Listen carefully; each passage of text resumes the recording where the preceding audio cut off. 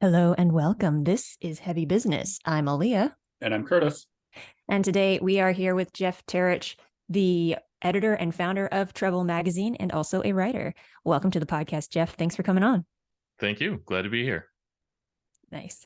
To start things off, would you please give our listeners a little summary of who you are and what you do within the realms of metal?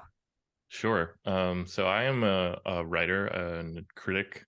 I've been writing about music for a little over 20 years now. I got started in college and just kind of never stopped. I write a lot about metal. I don't exclusively write about metal. I write about pretty much all kinds of styles and genres of music, but I am a metal fan, and that's something I've long been excited about in music. And Treble itself is kind of not specific to genre. We cover all kinds of music. We kind of started out mostly covering sort of like indie rock kind of stuff, but then we sort of branched out and began covering more hip hop and metal and electronic music, and it's pretty much all over the place. We cover a lot of jazz too, which is a fairly recent-ish development, but by now I guess we're going on 7 or 8 years that's been happening. But I also contribute to a lot of different magazines and websites, and you'll probably see my byline out there if you're reading. You should tell us some of those places, Jeff. Yeah, for sure. Let's see if I can remember all of them. Bandcamp Daily is one of them that I do regularly. Lately, I've been doing stuff for Revolver. Within the last couple of years, I've been doing stuff for Grammy.com, Alternative Press, Flood, Spin.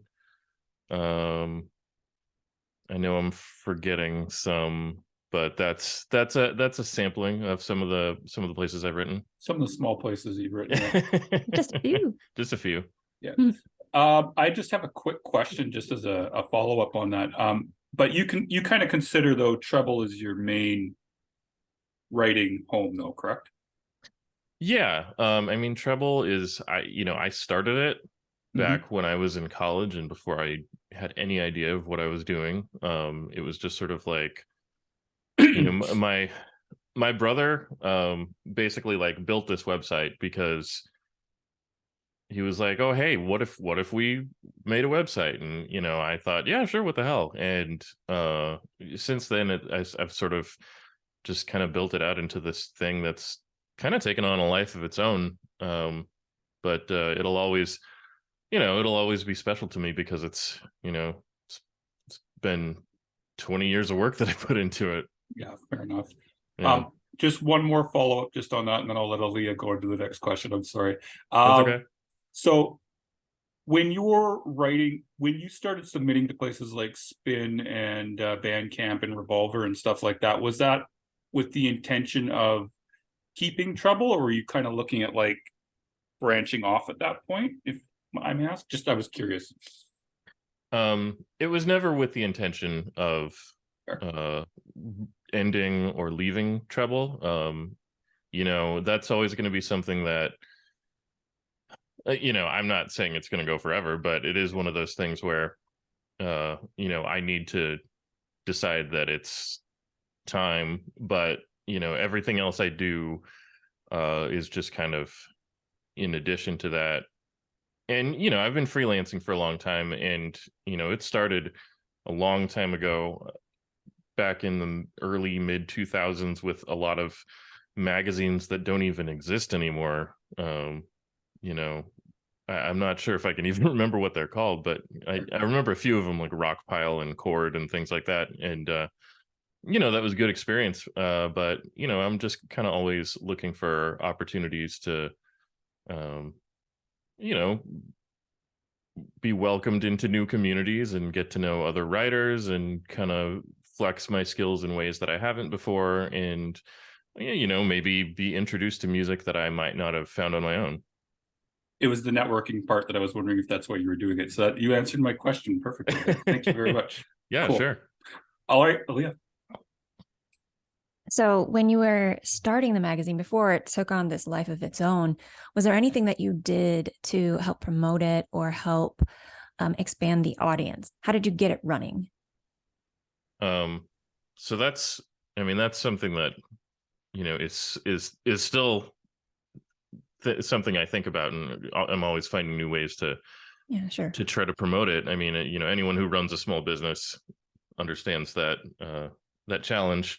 Back when we started, at the beginning, I didn't really know anything about promoting a website, and I wasn't even confident that anybody would read it. This was back in like 2004, and we just kind of started publishing stuff, and then it wasn't probably until another year or two that we started thinking like, okay, well, maybe we should start, like, we should have a MySpace page. And so we got an audience through that at first, and then eventually Facebook came around. And so a lot of it mostly at first was just kind of through social media, however primitive it was back then. And then after a while I started realizing that, like, oh, people search for specific things on Google. It didn't occur to me when we first started the website, but after a while it was like, okay, well, then we should kind of try to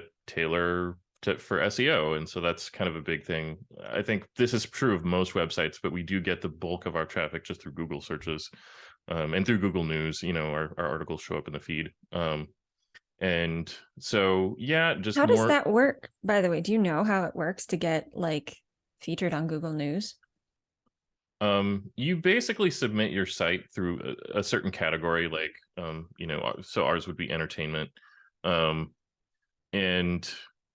if you have an RSS feed, which most websites do, then it just kind of will pick it up kind of like it's on a wire service or something like that. And then so if somebody is searching for a particular review, like like we just published a review of the new Algiers album. So if somebody searches for Algiers Shook review, and since it just got published, there will be like a little screenshot of the cover art, and you'll see that we just reviewed it. And you'll probably see other websites in there too, like Stereo Gum or whatever. And it usually will show up at like kind of near the top of the Google search for like a day or two, and you'll get a kind of brief burst of traffic from it. But then the goal is also to make sure that you still show up on the search page even after that's kind of worn off. For sure. Okay, Yeah. sorry to interrupt you. You were talking about. Yeah, if I'm getting a little too long-winded, feel free to. No, not at all. So yeah, we also have a newsletter that we send out every Friday, and it's most of it is just like whatever is the most the best way to reach people online. And that's tricky because there are obviously ways to promote a business that are not on the internet, but when you are an internet business, that's kind of where your focus is going to go. So I noticed that you have a Patreon for the magazine. We do. Yeah. Can you talk a little bit about how you set that up and a little bit about the perks that you have? Sure, certainly. So we set it up 3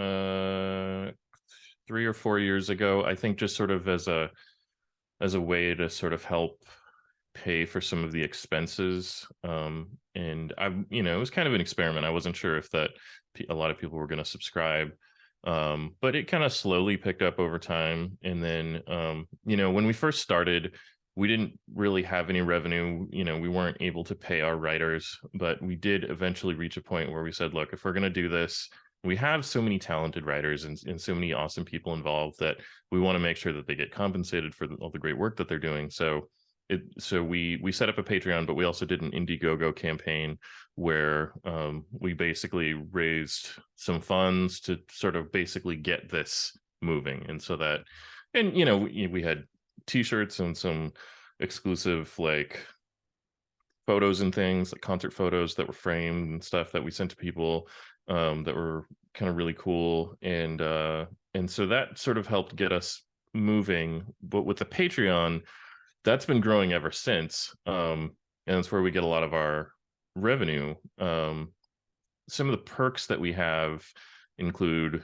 again, t-shirts. We have a couple of t-shirts that have been, one was designed by our friend Carolyn Ramos, who I used to work with at San Diego City Beat when I was the music editor there. And there's another one that was designed by Ryan Patterson of the band Photocrime. He also used to be in Coliseum.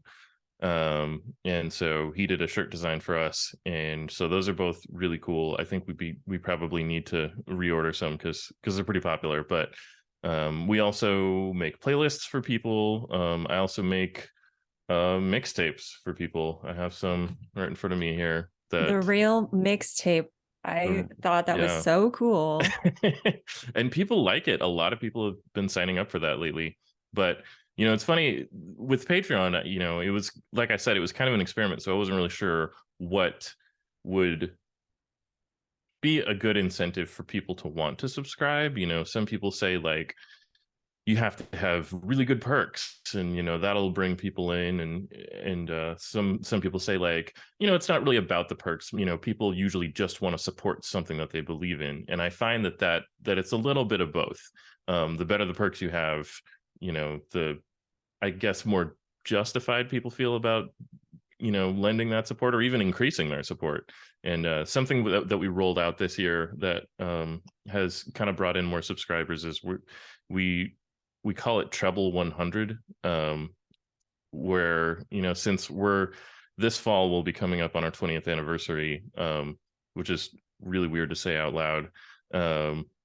We decided we were gonna figure out what our 100 favorite albums are among our group of writers. And we're not saying that it's like the best albums of all time or that this is some sort of, you know, canon. You know, it's not like Rolling Stone with the 500 greatest albums where we're like, this is Mount Rushmore or whatever. It's like, these are our personal favorites and these are kind of personal essays about them. And we're sort of, you know, we're talking about how great the albums are, but we're sort of sharing a little bit about ourselves, and people love it. It's been amazing. Like, the support we've gotten for this has been, you know, super encouraging, and it's really fun to do. I love writing them. I love reading them. And yeah, it's just been great all around. I have a question on those, because I don't know how much group effort goes into something like that. So like, do you get like a final veto power, like if you hate an album but one of your writers is like, this is fucking awesome, on one of those type of lists? I do, but I don't think that was really an issue. Yeah, we came up with like you know, a few rules. Like, we were only going to do one album per artist. So you know, for instance, 100, how is that possible? Yeah, 100 artists, one album per artist. Okay, more power to you, dude. I couldn't do it. Sorry, yeah. Go ahead. Oh, so you know, we had to make some tough decisions, like you know, were we gonna include Master of Puppets or were we gonna include Ride the Lightning, you know? And that's, we all know the right choice, and I hope you did the right one. Well, you're just gonna have to see for yourself when it comes up. Okay. Fair enough. But you know, so stuff like that came up, but I don't think that anybody voted for anything where I said like, this is a god awful album, we're not going to include it. There are definitely albums that I'm maybe not necessarily a fan of, but the thing is, I trust my writers, and they're all very talented, and they all have unique perspectives. And even if it's an album that I'm not that crazy about, like, we recently ran one on the first Arctic Monkeys album, and I'm not that big of a fan of the Arctic Monkeys. They're fine, but they're not, not really my thing. But our writer, Ed Brown, did an amazing job writing about it. And so it's just like, you know what, I'm glad we included this. I'm glad this is part of it, because I think it really, added something positive to the series. Fair enough. I don't want to go into this any further, actually, because I know I'm going to take up the rest of the time. So I'll let Aaliyah go. Oh, it's all good. All good. So you mentioned earlier how eclectic Treble's taste is, but I do feel like sometimes magazines and news sites, they do have like a brand or an overall taste. If you had to describe that with like 3 adjectives, what would those be? for the Wow. overall taste of the magazine? I would say underground, innovative, and unconventional. Cool. Yeah, I don't know if that's redundant, but that's kind of how I feel like You're the writer, so I don't yeah. know. Like I think we try to cover a good spread of music, but I also think that because there's so many, it's tough in the industry right now, and it's tough in both for music writing, and it's tough for musicians. So there's kind of this weird thing happening where we're both sort of like trying to figure out what works, and there's a lot of publications that are all kind of covering the same stuff because I guess they don't want to take risks, and so they're just going to stick with what they know is popular. And I don't begrudge them that, because I know how hard it is to both get people's attention and to make a living off of it. But that being said, I think we're always going to take the risk of erring on the side of something we're excited about, as opposed to what we know is going to be popular. I wanted to just quickly add, oh, sorry, Leah, go ahead. I was going to say, sure, I'm sure that extends to your essential tracks of the week column. But what characteristics do you look for when you're considering whether to include a track on that, in that column? Well, it's a little bit of everything. If something just stops me in my tracks immediately, there's a good chance it's gonna go into the weekly roundup. But anything that I feel is doing something it doesn't even necessarily have to be like groundbreaking or anything. If it's like a really good just punk song, if the melody is good, if the lyrics are good, if the energy is good, that kind of thing is going to get my attention. But it's not exclusive to that. Sometimes we cover stuff that's a little more on the abstract side, and that's if I don't feel the urge to stop it within the first minute, then it has a good chance of getting in there. And if I want to listen to it 3 or 4 times in a row, then it's almost guaranteed to get in there. But it's kind of different for every song. I just know that if it's doing something that's both getting our attention, but is also kind of doing something a little bit different, and maybe just kind of challenging what we're used to, then that's probably a good sign. I wanted to briefly talk about pitching, if that's okay, Leah. Okay, cool. Because I know we only got like 10 more minutes left. Yeah, So I wondered if people pitch for that or whatever, but go ahead and ask your question. Well, I was kind of tied into that. So, but it's more like an overall, how do you want people, or rather bands, to get in touch with you? Like, a lot of people don't like getting reached out to on Twitter. I did that with you, even though, you know what I mean? But, and I do that with most people, but that's because people generally, we've been following each other for a while. I've been pitching, you're on our list and everything. So I kind of go like, that's fine, but I'm kind of curious how you like to be pitched, because a lot of times bands, I know, will slide into the DMs and it can be kind of annoying. Yeah, it depends on the situation. Yeah, exactly. So if I know you, Mhm. if we've worked together, if we have a history, if even if we've just kind of like chit chatted back and forth on social media or whatever, and I feel like we have a friendly rapport, then I don't mind if you slide into my DMs, but I also like don't overdo it, like just give me some space. But also, if we've never worked together before, if I don't know who you are, if you've never pitched me anything, do not do it in my direct messages. I will judge you for it, and I will probably not want to get back to you. Bam. I'm not blacklisted forever. Blacklisted. I'm not the kind of guy who like holds grudges or anything like that, and I'm not a formal guy either, but I also just feel like, just don't be annoying. That's really what it comes down to. Well, give an example of the right way to do it, because like I said, a lot of bands fuck this up. Like for example, last week I had someone send me just a YouTube link, by email, and I was like, what the fuck do you want? Like, is this like, are you pitching? Like, what do you want? But Yeah. then reversely, I had someone else DM me something, but they had a nice little message, and I'm like, oh, cool, I'll check it out. I don't mind. But can you kind of like go over the subtle difference for bands? Because a lot of them just need it spelled out for them, I think. Sure. Yeah, I think again, if you're a band and you're not working through a label or a PR person, anything like that, you know, maybe follow me first, or I like that. Yes. and just kind of see what I'm into. Like, and I granted, I've already talked about having pretty eclectic taste. So you have a pretty good shot of me being at least somewhat interested, to, regardless of style. But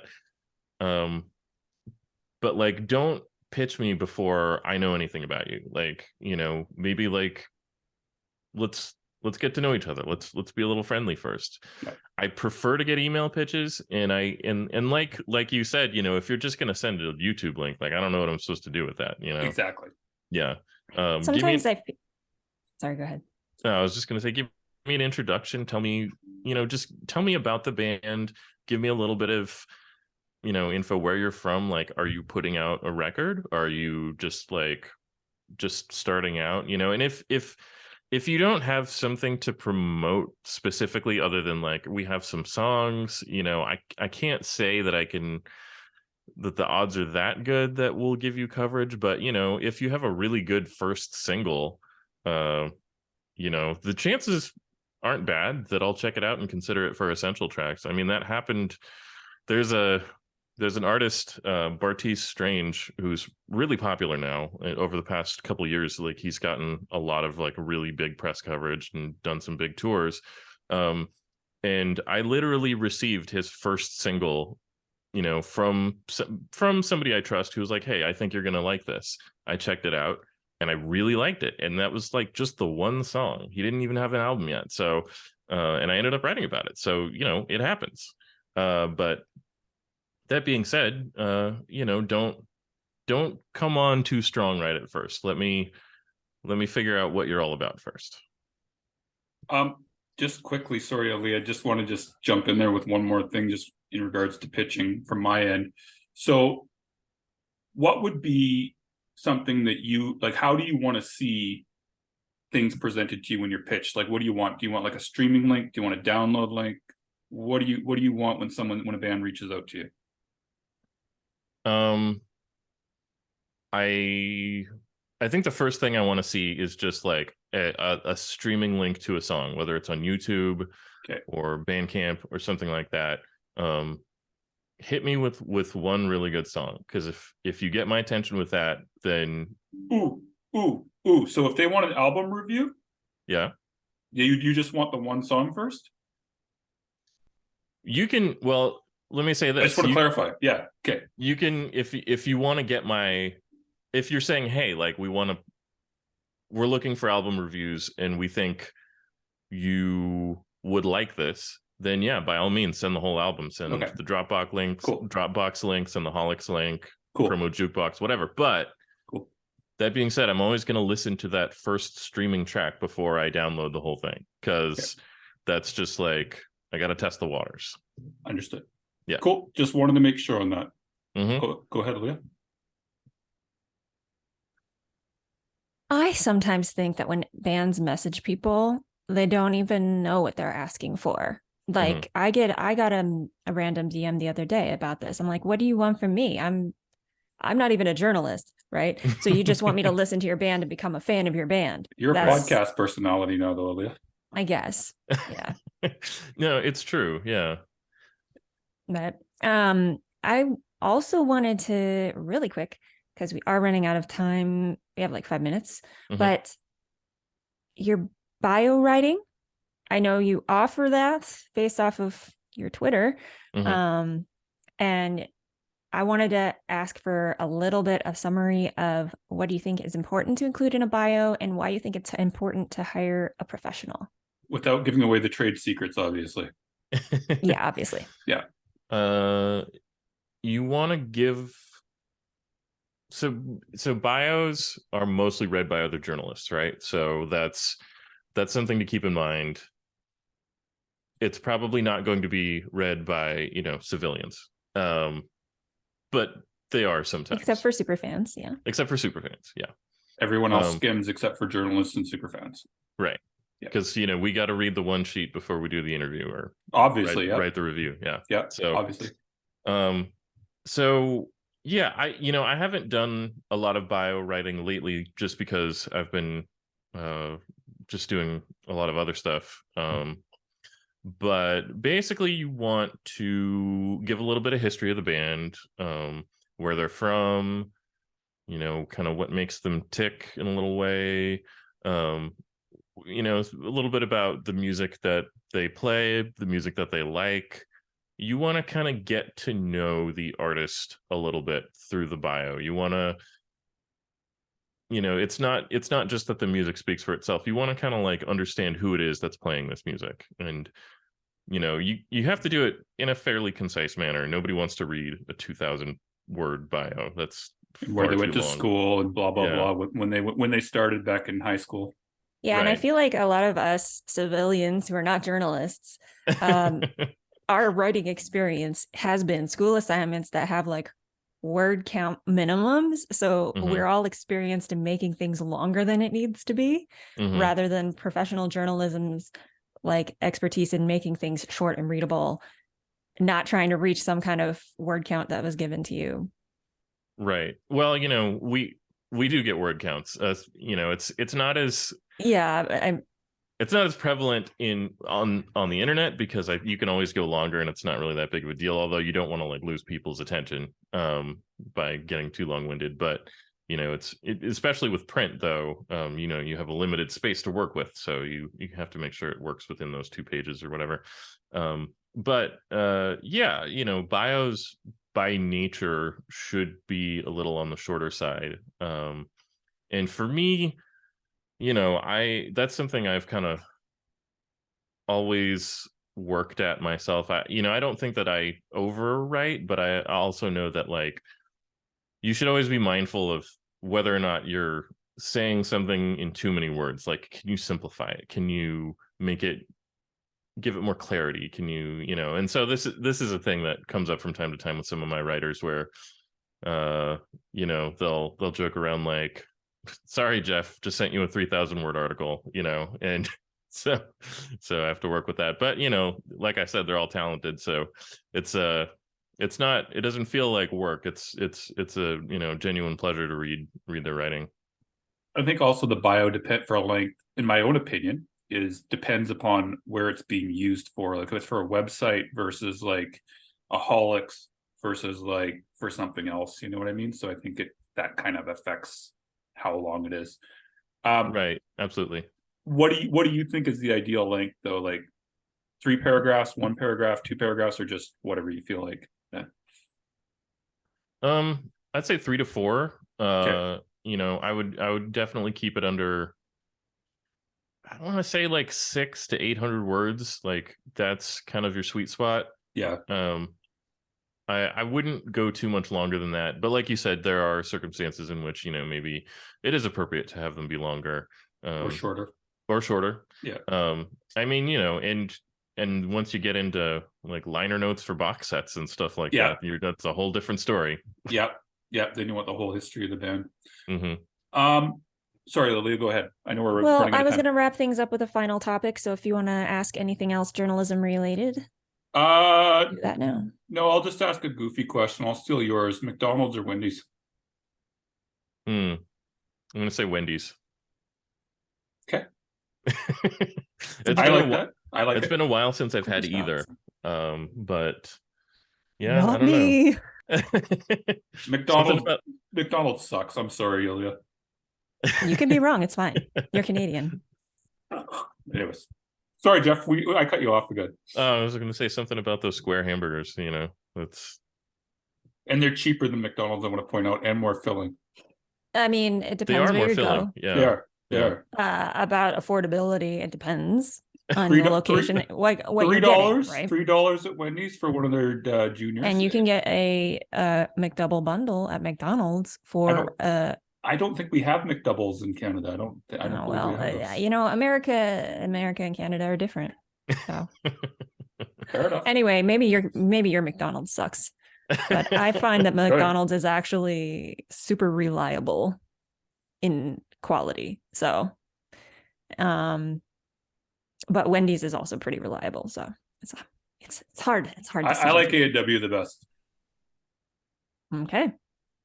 Now that we're done talking about fast food, Jeff, could you tell us a little bit about your band Blood Ponies? I gave it a quick listen. I liked the little gothic vibes it has. But yeah, tell us about like really quick how you started the band and what kind of music you make. Yeah, so Blood Ponies, I started the band about 7 years ago with my wife actually. She plays drums and I play guitar and sing, and we're a duo. Oh, that's awesome. And we actually started, so our first show ever, we played a set of Cure covers on Halloween. And nice. And so that's what got us started. Basically just because like we were just kind of jamming at home, and you know, I had been in other bands before, and you know, so she started playing drums several years before that, and so we just were like, all right, well, maybe we'll start a band. And you know, we tested the waters with the cover set, and then after that we started writing songs. And you know, it kind of stayed within that sort of goth post-punk kind of area, but we wanted to make it heavier and make it kind of more intense. And so I feel like over time it's kind of leaned further and further into the sort of heavier spectrum of things, even though it's kind of still got that Cure, Nick Cave kind of vibe to it. Yeah, your vocal is like very kind of goth sounding. It's got that timbre.